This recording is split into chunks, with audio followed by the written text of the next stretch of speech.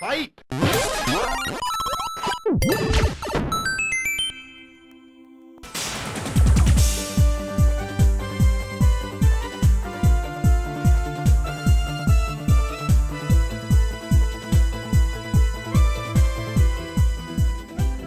Although the Final Fantasy series was already very popular in Japan, the big breakthrough in the West had still yet to come. Square experimented with several side projects like Mystic Quest for the Super Nintendo, as well as Seiken Densetsu for the Game Boy in 1991, which was directed by Final Fantasy veteran Koichi Ishii, who remained involved in future projects ever since. But with Seiken Densetsu 2 for the Super Nintendo, the first step to international success was finally a reality. The game became known in the West simply as Secret of Mana. Secret of Mana pulls you right in with a simple yet captivating introduction, starting with the famous whale cry, which ended up using quite a bit of memory. The game begins when you curiously pull an ancient sword from a stone in the forest, and you're consequently banished from your hometown of Potos Village for endangering its inhabitants, as the removal of the blade is seen as a bad omen. A mysterious knight by the name of Gemma sends the hero on a dangerous quest to imbue the blade with its long-lost ancient power. You start the journey alone, but are quickly joined by two companions, a sprite child who lost his memory and specializes in attack spells, and a young woman in search of her lover who specializes in support magic. The computer takes control of two of the three characters, but a human player can also jump in at any point. There's also the option to play with 3 players simultaneously via the multi-tap accessory. Our trio journeys through the immensely open world on foot, by cannon, or even in Mode 7 style on the back of a dragon named Flamey. While visiting villages, you end up meeting memorable characters like Neko the traveling merchant and Watts the blacksmith who upgrades your weapons. The captivatingly articulated soundtrack helped to draw players into this magical world.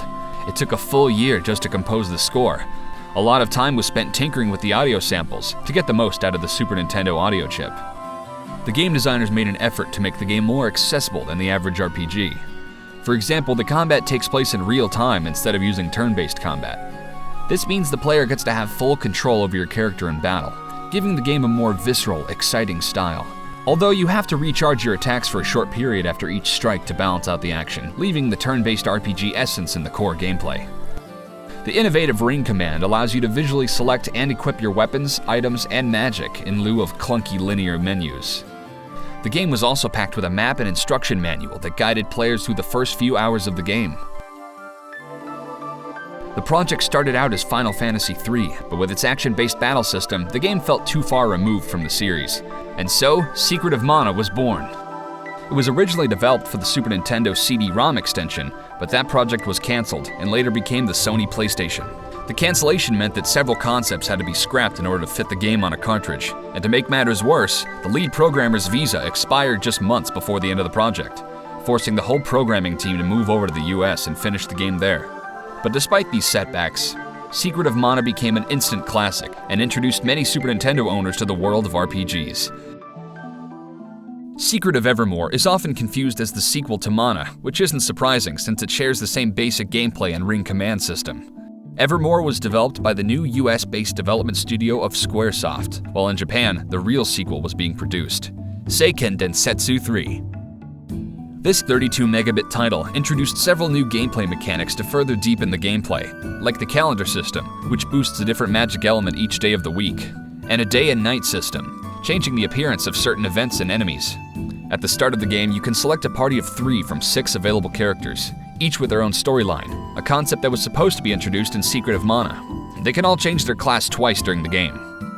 Seiken Densetsu 3 is everything you might expect from a follow-up to Mana, and is easily one of the best-looking games on the Super NES. A substantial portion of the memory was devoted to audio samples for the breathtaking score, which was done by the same composer who scored Secret of Mana. Although the game was never released outside of Japan, there are fan translations available. Some are even sold on a cartridge, complete with box, manual, and mini poster. After the Super NES titles, the series continued but never managed to top the success of Secret of Mana. First up was Legend of Mana for the PlayStation, with a beautiful painted art style, but somewhat steep learning curve due to the confusing map system. With Sword of Mana for the Game Boy Advance, the game designers went back to their roots, remaking the original Seiken Densetsu. complete with the ring command system and other well-established gameplay mechanics of the series. Another handheld title was Children of Mana for the Nintendo DS, which has more of an emphasis on dungeon crawling. Dawn of Mana for the PlayStation 2 was the first 3D outing in the series. Despite taking on a Kingdom Hearts-esque gameplay style, the game got unfortunately negative reviews due to the sloppy physics, bad voice acting, and an uncooperative camera. And most recently released was Heroes of Mana, a real-time strategy game for the Nintendo DS.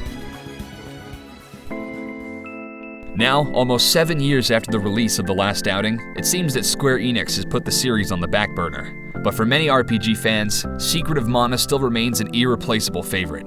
Secret of Mana can be experienced in several ways, most notably on the iPhone with slightly updated graphics and added dialogue.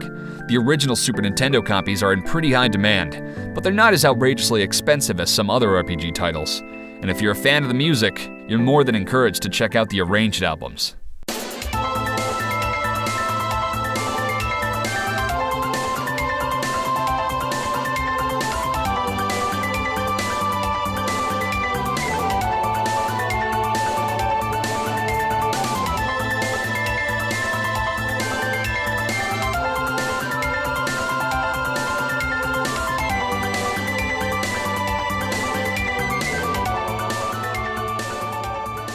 Thanks for watching.